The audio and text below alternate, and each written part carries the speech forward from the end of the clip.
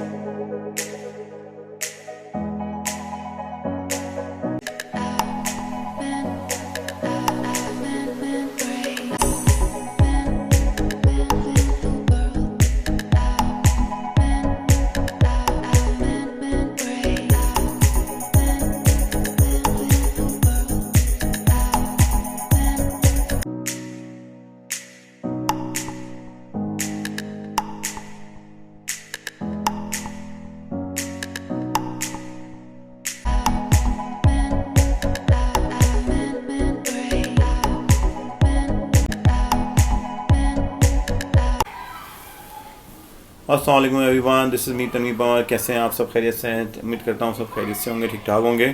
तो मेरा आज एक और मैंने सोचा एक बात थी आपसे करनी थी, तो मैं उसके लिए आपके साथ हाज़िर हुआ हूँ।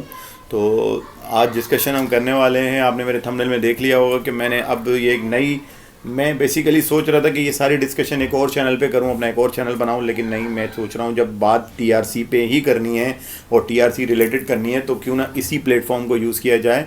और जो भी लोग टीआरसी की वजह से थोड़े से दिन रात मतलब मेहनत कर रहे हैं और उन्हें टीआरसी का इशू आ रहे हैं, तो हम उनकी हेल्प इसी चैनल के थ्रू कर लेते हैं। तो आपने मेरे ये तमाम वीडियोज़ को देखना है। अब one by one, step by step मैं आपको बताऊंगा कि कौन कौन से डॉक्यूमेंट्स ज़रूरी हैं और कौन कौन से जो है ना आपने फॉर्मेलिटीज़ को देखना है। उसके बाद आपने इंशाल्लाह ये अपना टीआरसी लेना है। लेकिन किस कंट्री से लेना है? अगर तुर्की नहीं दे रहा तो आपने यूरोपियन कंट्री से लेना है, राइट। अब यूरोपियन कंट्री, आप सोचेंगे यार तुर्की नहीं दे रहा तो यूरोपियन कंट्रीज़ कैसे देगा। लेकिन मैं कहूँगा आपको यूरोपियन कंट्रीज़ देगा। मैंने अपनी लास्ट वीडियो में बताया हुआ है, आपको इंट्रोडक्शन दिया हुआ है कि मैं एक कंट्री के पीछे रिसर्च कर रहा हूँ, इस कंट्री के लिए मैं बात कर रहा हूँ। तो अब आपसे इसी कंट्री के हवाले से, और एक और कंट्री भी है मैं उस पर भी काम कर रहा हूँ इंशाल्लाह। तो वो मैं आप लोगों के रेस्पॉन्स के ऊपर इंशाल्लाह उसके ऊपर वीडियो बनाऊँगा। और बहुत इजी है, बहुत सिंपल है। मैं कहूँगा कि नेक्स्ट लेवल कंट्री है, यूरोपियन लेवल है, मुस्लिम कंट्री है लेकिन यूरोपियन लेवल है, यूरोपियन टच है, यूरोपियन फील है। और उसके बॉर्डरिंग नेबरिंग कंट्रीज़ भी जो है ना वो रशिया है, जर्मनी कह सकते हैं, दूसरी कंट्रीज़ कह सकते हैं, राइट।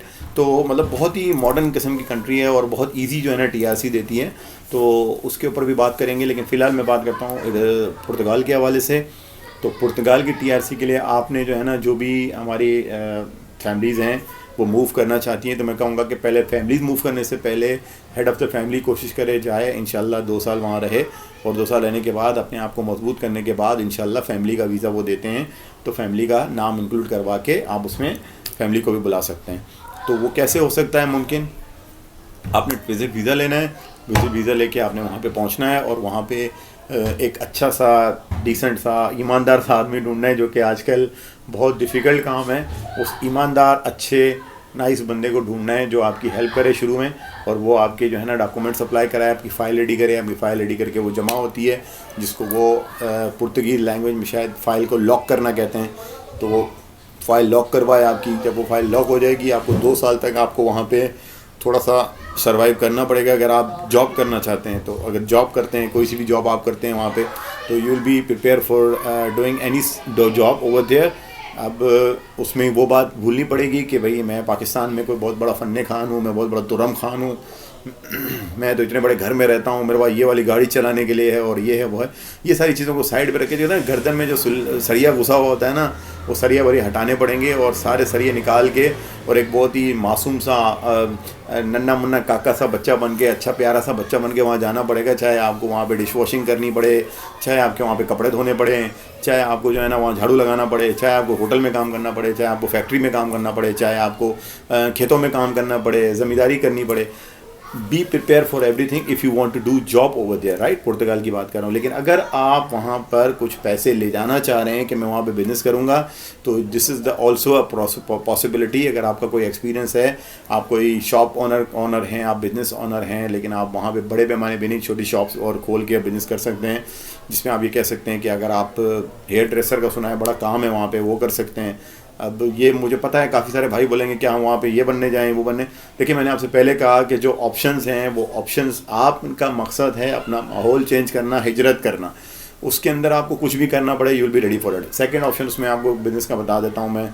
उसमें यह है कि पुर्तगाल में आप जो है ना ये कर सकते हैं कि आपके पास जो है ना वहाँ पे ड्राइविंग लाइसेंस होना चाहिए। वहाँ पे अपनी अच्छी सी गाड़ी लेके वहाँ पे आप ड्राइव कर सकते हो, ड्राइविंग चला सकते हो। उबर, बोल्ट, इस तरह की जो है ना वो ऐप्स हैं वहाँ पे, उसके थ्रू आप वहाँ पे ड्राइविंग का कर सकते हो। और फर्स्ट में कहूँगा उसमें बहुत अच्छा बेहतरीन किस्म का काम, जो मैं ख़ुद भी चाहता था। अगर मेरी एज में, मैं अभी तो खैर मेरी वक्त भी नहीं है, इतना टाइम भी नहीं है, मसरूफ़ रहते हैं आगे पीछे।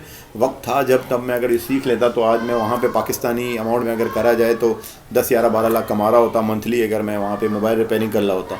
Mobile shop, mobile repairing shop आप इसकी खोल सकते हैं, मोबाइल की तो रिपेयरिंग का। तो उसमें आप पाकिस्तानी तकरीबन अमाउंट में अगर देखा जाए तो मैं अपनी ही कंट्री का करेंसी की बात करूँगा। बाकी आप उसको दूसरी इंडिया या बांग्लादेश या दूसरी जो अफ़गानिस्तान या जो भी कंट्रीज़ आना चाह रही हैं, तो नेबरिंग कंट्रीज़, वो उसको उसमें करेंसी में देख लेंगे कितना वो अर्न कर सकते हैं इन कामों से। तो सीधी बात है कि और भी इस तरह के काम बहुत हैं, लेकिन फिर मैं बताऊंगा तो आप बोलेंगे यार छोटे काम बड़े काम नहीं, काम काम होता है। तो ये छोटे छोटे काम कर सकते हैं आप। वहाँ पे रेस्टोरेंट खोल सकते हैं, मैं कहूँगा इंक्लूड करता हुआ जाता हूँ। आप वहाँ पे डोनर शॉप खोल सकते हैं, डोनर से मुराद आप वहाँ पे बर्गर शॉप खोल सकते हैं। आप वहाँ पे जो है ना वो पिज़्ज़ा, वो तो पिज़्ज़ा उनकी जान है, आप पिज़्ज़ा शॉप खोल सकते हैं, मतलब वो काम कर सकते हैं। क्योंकि देखिए हमारी कंट्री में हम चाहे कितने भी बड़े फन्ने खान क्यों ना हो, हम अपने अपने सराउंडिंग्स में होते हैं, हम गवर्नमेंट ऑफिसर्स होते हैं, हम प्राइवेट ऑर्गेनाइजेशन में बड़े बड़े बिजनेसेस कर रहे होते हैं।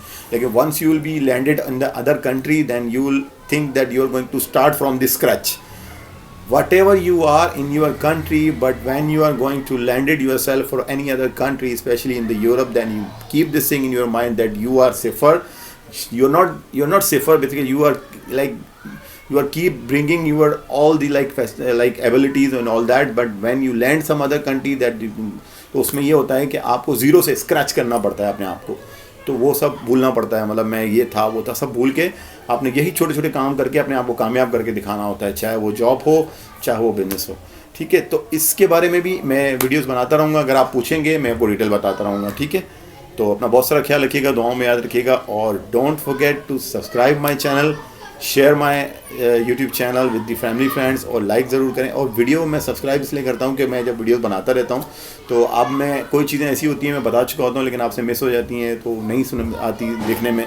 तो जब वो आपका सब्सक्राइब होगा तो you will be definitely learn कि जो मैं बता रहा हूँ इंशाल्लाह वो काम की बात होगी आपकी। ठीक है, तो कोई बात, मेरा अब मुझे आपकी दुआओं की ज़रूरत है, अपनी दुआओं में मुझे याद रखें और मेरी फैमिली के लिए दुआ करें। तमाम, जज़ाकल्लाह।